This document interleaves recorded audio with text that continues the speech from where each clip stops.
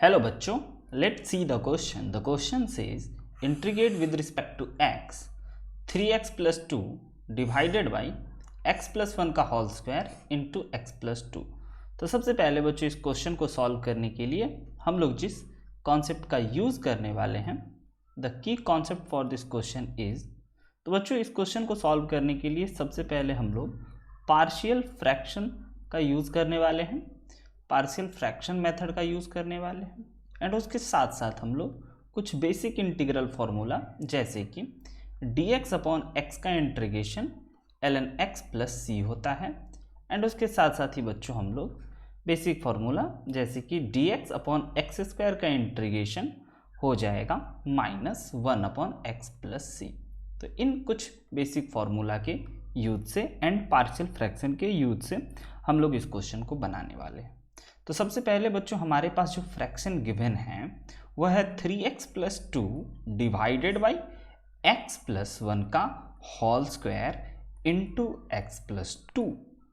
तो इस चीज़ों को हमें एज्यूम कर लेना चाहिए, इस प्रकार से पार्शियल फ्रैक्शन में स्प्लिट कर लेना चाहिए कि a upon x plus 1 plus b upon x plus 1 का whole square plus c upon x plus 2, क्योंकि इसके तीन फैक्टर्स होंगे, एक्स स्क्वायर एक्स प्लस 1 का whole square into x plus 2 को।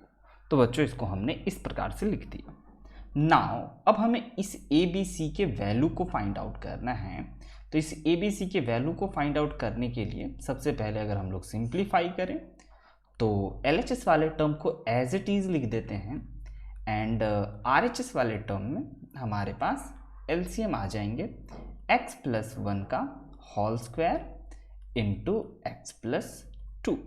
ना बच्चों यहाँ से देखा जाए तो हमारे ये x प्लस 1 से x प्लस 1 एंड a के बगल में आ जाएंगे x plus 1 into x plus 2 के साथ साथ अगर हमें b के बगल में लाना है तो इस x प्लस 1 के होल स्क्वायर से कैंसिल, तो b के बगल में हमारे पास आ जाएंगे x प्लस 2 प्लस c के बगल में आ जाएंगे, देखा जाए तो x प्लस 2 से x प्लस 2 कैंसिल और यहाँ पे हो जाएंगे c इंटू एक्स प्लस 1 का होल स्क्वायर। नाउ बच्चों अगर इसको देखा जाए तो ये डिनोमिनेटर वाले टर्म कैंसिल आउट होते ही हमारे पास आ जाएंगे 3x plus 2 is equal to a into x plus 1 into x plus 2 plus b into x plus 2 plus c into x plus 1 का होल स्क्वायर।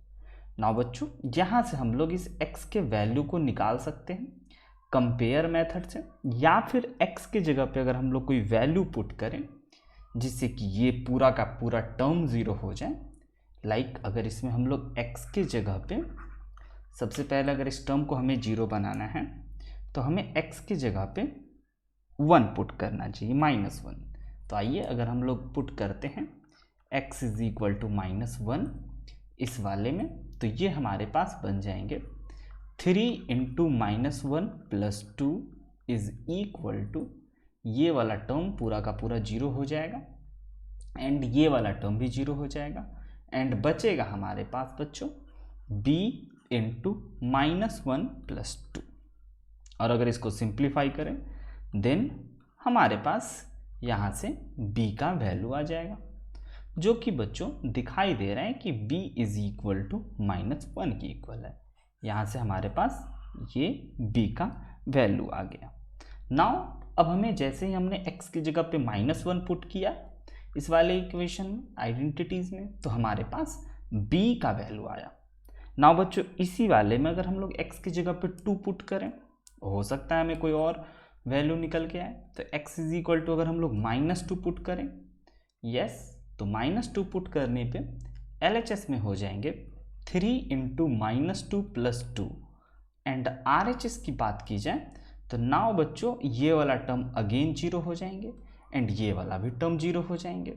तो यहाँ पे हमारे पास सिर्फ और सिर्फ C का वैल्यू निकलेगा जो कि है x प्लस 1 का होल स्क्वायर, इस प्रकार से। ना अगर इसको सिंप्लीफाई किया जाए then this become -6 plus 2 is equal to c into -1 का whole square and this become -4 is equal to c, and अगर इसको सिंप्लीफाई करें तो हमारे पास c का वैल्यू बच्चों आ चुका है -4। एंड इसी प्रकार से अब हम लोग के पास b का वैल्यू आ चुका है, c का वैल्यू आ चुका है। नाउ बच्चों अब हमें a के वैल्यू को फाइंड आउट करने के लिए हमें कंपेयर करना चाहिए इसके कोफिशिएंट को। तो आइए a के वैल्यू को फाइंड आउट करने के लिए सबसे पहले हम लोग लिख लेते हैं कि हमारे पास गिवन है equation 3x + 2 is equal to a into x plus 1 into x plus 2 plus b into x plus 2 plus c into x plus 1 का होल स्क्वायर।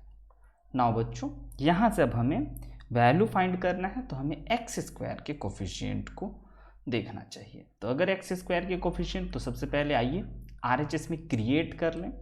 तो जैसे हम लोग इसको इससे मल्टीप्लाई करेंगे तो यह मल्टीप्लाई होके बन जाएगा x square plus 3x plus 2, and ये bx प्लस 2 को एज इट इज रहने देते हैं, एंड इसका अगर होल स्क्वायर ओपन करेंगे then we have x square plus 2x plus 1। तो यहाँ से हम लोग अगर एक्स स्क्वायर के कोफिशिएंट को कंपेयर करें तो now compare coefficient of x square.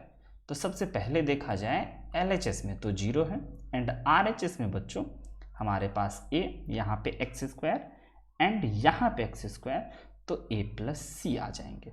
Now बच्चों हमें a का वैल्यू नहीं पता है, बट c के जगह पे वी कैन इजीली पुट -4, जिससे कि हमारे पास a is equal to 4 value आ गए। यहाँ से बच्चों हमारे पास a, b एंड c, इन चारों वैल्यू को हमने a की वैल्यू, b के वैल्यू एंड c, इन तीनों वैल्यू को हमने फाइंड आउट कर लिया। नाउ अब हमें इसे इंटीग्रेट करने में इस 3x plus 2 divided by x plus 1 का whole square into x plus 2 को इस प्रकार से लिख दिया जाए तो यह इजीली इंटीग्रेट हो जाएगा। आइए बच्चों जरा इसको अगर हम लोग ऐसे लिखते हैं तो सबसे पहले हमारे पास जो इंटीग्रेशन करने को क्वेश्चन में गिवन था वह था 3x plus 2 divided by x plus 1 का whole square into x plus 2 dx, और इसको हमने कहा कि हमें लिखना चाहिए a upon x plus 1, and बच्चों हमें इस प्रकार से b अपॉन एक्स प्लस 1 का whole square plus c upon x plus 2 का इंटीग्रेशन करना चाहिए। नाउ बच्चों अगर हम लोग इस a b c की वैल्यू को पुट करें तो a के जगह पे हमें 4 रखना चाहिए, जो कि एक कांस्टेंट है, इंटीग्रेशन में पार्टिसिपेट नहीं करेगा, बाहर चला जाएगा। एंड अगर हम लोग b के वैल्यू को देखें तो b का वैल्यू -1 है, यानी कि इसके जगह पे हम लोग डायरेक्टली ऐसे लिख सकते हैं। एंड अगर c के वैल्यू को देखा जाए बच्चों तो c का वैल्यू हमारे पास -4 है, जिसे हम इस प्रकार से लिख सकते हैं। ना अगर इसका इंटीग्रेशन किया जाए तो यह इसका इंटीग्रेशन हो जाएगा ln x प्लस 1, जिसको हमने की कॉन्सेप्ट में देखा, and dx upon x plus 1 का होल स्क्वायर का इंटीग्रेशन बच्चों हमने की कॉन्सेप्ट में देखा था कि dx अपॉन एक्स स्क्वायर का इंटीग्रेशन -1 अपॉन x हो जाएगा। तो उसी प्रकार से इसका इंटीग्रेशन हम लोग कर पाएंगे -1, पहले तो हमें यहाँ पे माइनस भी लेना होगा, -1 अपॉन x, इस प्रकार से, जो कि हमने की कॉन्सेप्ट में देखा, एंड -4 ln x प्लस 2, और इन सभी इंटीग्रल कांस्टेंट के बदले एक c हमने लिख दिया। ना अगर इसको सिंप्लीफाई किया जाए then we have ln x plus 1 minus minus become plus 1 upon x minus 4 times of ln x plus 2 plus c। ये बच्चों अगर हम लोग लाइक लॉग के प्रॉपर्टीज़ का यूज़ करें तो ये दोनों चीज़ माइनस में है, तो इसके जगह पे हम लोग 4 पहले कॉमन ले लें, एंड इसको हम लोग कुछ इस प्रकार से लॉग का प्रॉपर्टीज़ का यूज़ करते हुए लिख सकते हैं। एंड यहाँ पे बच्चों हमारे पास x प्लस 1 ही हो जाएगा डिनोमिनेटर में, क्योंकि x प्लस 1 का होल स्क्वायर था, तो डिनोमिनेटर में x प्लस 1 प्लस c जो हो जाएंगे ये हमारे final answer. Final answer for this question is -4 into ln x plus 1 divided by x plus 2 plus 1 upon x plus 1 plus c. I hope you understood it very well. Best of luck. Thank you.